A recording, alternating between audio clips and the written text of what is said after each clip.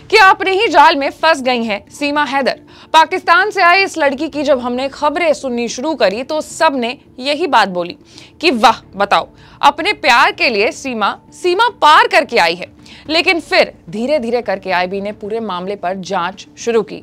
वहीं जब सीमा से यूपी एटीएस ने सवाल जवाब पूछना शुरू किया तब शुरू हुआ सीमा का भेद खुलना। अब लोग सीमा सचिन के प्यार की बातें नहीं कर रहे हैं, अब लोग सवाल पूछ रहे हैं कि क्या सीमा पार से आई जासूस है। नमस्कार, मैं हूं आशीष सिंह और आप देख रहे हैं अनकट। खबर क्या है पहले वो जान लेते हैं। तो सीमा और सचिन की जांच की कमान अब यूपी एटीएस के हाथों में है। दोनों एटीएस के गिरफ्त में भी हैं और एटीएस को शक है कि सीमा पाकिस्तान से आई जासूस हो सकती है। अब सीमा फंसना कहां शुरू हुई, बात उसकी करेंगे। 18 जुलाई को लगातार दूसरे दिन यूपी एटीएस सीमा सचिन को अपने साथ कथित सेफ हाउस ले गई। यहां दोनों से पूछताछ की गई। यूपी एटीएस को सीमा हैदर के पास से 4 मोबाइल फोन चालू हालात में मिले हैं और एक टूटा फोन भी बरामद हुआ है। सीमा हैदर के पाकिस्तानी नंबर वाले फोन का डेटा डिलीट किया हुआ है। इन तीनों फोन का डेटा रिकवर किया जा रहा है। सीमा पर सबसे बड़ा शक ये है कि कहीं वो पाकिस्तान की जासूस तो नहीं है जो प्यार मोहब्बत के बहाने भारत में अंडर कवर एजेंट के तौर पर काम करने आई है। यूपी एटीएस का फोकस इसी जांच पर है। पाकिस्तानी नंबर वाले फोन से डेटा डिलीट करने और अलग अलग डॉक्यूमेंट्स में डेट ऑफ बर्थ अलग अलग होने से ये शक और बढ़ गया है।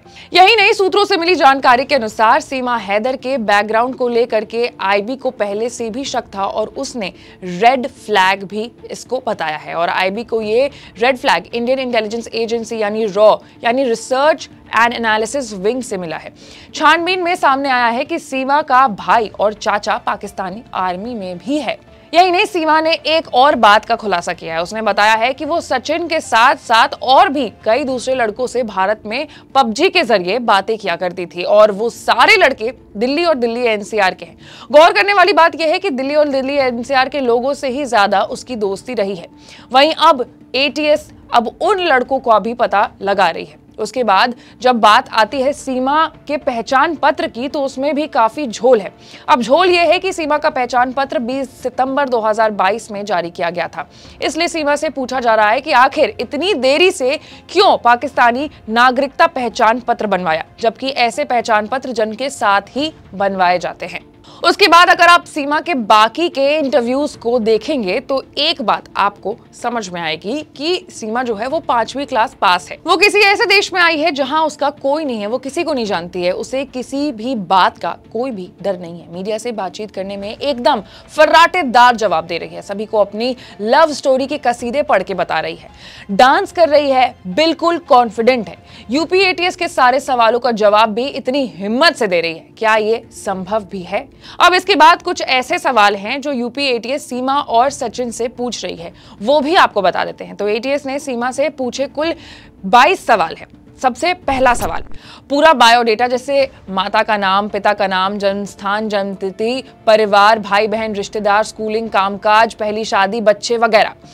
सवाल नंबर 2, सीमा के 2 और उसके बच्चों के 4 पासपोर्ट पाकिस्तानी आईडी कार्ड में जन्म तिथि 2002 क्यों लिखी है। सवाल नंबर 3, डॉक्यूमेंट के हिसाब से उम्र 21 साल क्यों है, असल में उसकी उम्र कितनी है। सवाल नंबर 4, क्या सीमा का भाई पाकिस्तानी सेना में है, क्या सीमा के कोई भी रिश्तेदार पाकिस्तानी सेना में शामिल हैं या फिर सरकारी मुलाजिम हैं। सवाल नंबर 5, सीमा के पास कुल कितने फोन थे, कितने मोबाइल नंबर थे, कितनी बार नंबर उसने बदले हैं। सवाल नंबर 6, सीमा ने सचिन से बात करने के लिए किन मोबाइल नंबर्स का इस्तेमाल किया है। सवाल नंबर 7, सीमा से पाकिस्तान में जमीन बेचने का जो दावा किया था वो किस लोकेशन पर थी, जमीन की डिटेल्स क्या है और किसने उसकी मदद की उस जमीन को बेचने में। सवाल नंबर 8, सीमा किस मोबाइल से पबजी गेम खेल रही थी, उसका यूजर आईडी और पासवर्ड क्या है, एक ही यूजर आईडी था या फिर कोई दूसरे अकाउंट्स भी थे जिससे वो पबजी खेला करती थी।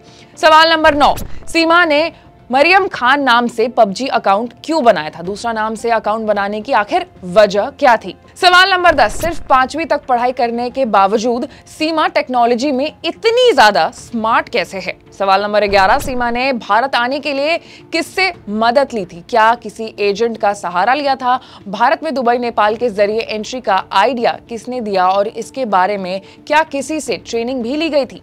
सवाल नंबर 12, पासपोर्ट, वीजा और दूसरे डॉक्यूमेंट्स बनाने में किसने मदद की थी? सवाल नंबर 13, सीमा शारजाह में कितने दिन और किसके पास रुकी? किस किस से मुलाकात हुई? नेपाल में कहां कहां रुकी और किसकी मदद ली? किससे मुलाकात हुई? सवाल नंबर 14, शारजाह में और काठमांडू में सीमा ने जो सिम खरीदे वो किस डॉक्यूमेंट से खरीदा था? सवाल नंबर 15, पाकिस्तान में इस्तेमाल की गई सिम को क्यों तोड़ा? सचिन से बात करने के लिए किस हॉटस्पॉट का इस्तेमाल किया गया था? सवाल नंबर 16, जब सीमा के पास खुद का फोन था तो दूसरे के हॉटस्पॉट का इस्तेमाल कर कॉल क्यों किया करती थी? सवाल नंबर 17, सीमा नेपाल के रास्ते भारत आई तो क्या बॉर्डर पर उसे किसी ने रोका? किसी ने रोकने की कोशिश की? अगर रोका तो उसने जवाब में क्या बोला? नेपाल से भारत में एंट्री करने के पहले क्या बोलना था और किसकी जानकारी इसने किसको दी? सवाल नंबर 18, सीमा ने नेपाल से भारत के किस जिले से एंट्री की थी? नेपाल से भारत में आने के लिए उसने किस रूट का सहारा लिया था? सवाल नंबर 19, सीमा अपने साथ पाकिस्तान से क्या क्या सामान लेकर आई थी? कुल कैश कितना था? सवाल नंबर 20, क्या सीमा सिर्फ सचिन के प्यार के लिए ही भारत आई थी या कोई और भी कारण है? ज्यादातर सवालों के जवाब में सीमा ने एटीएस से यही कहा है कि वो सचिन से सच्चा प्यार करती है, इसलिए भारत आई है।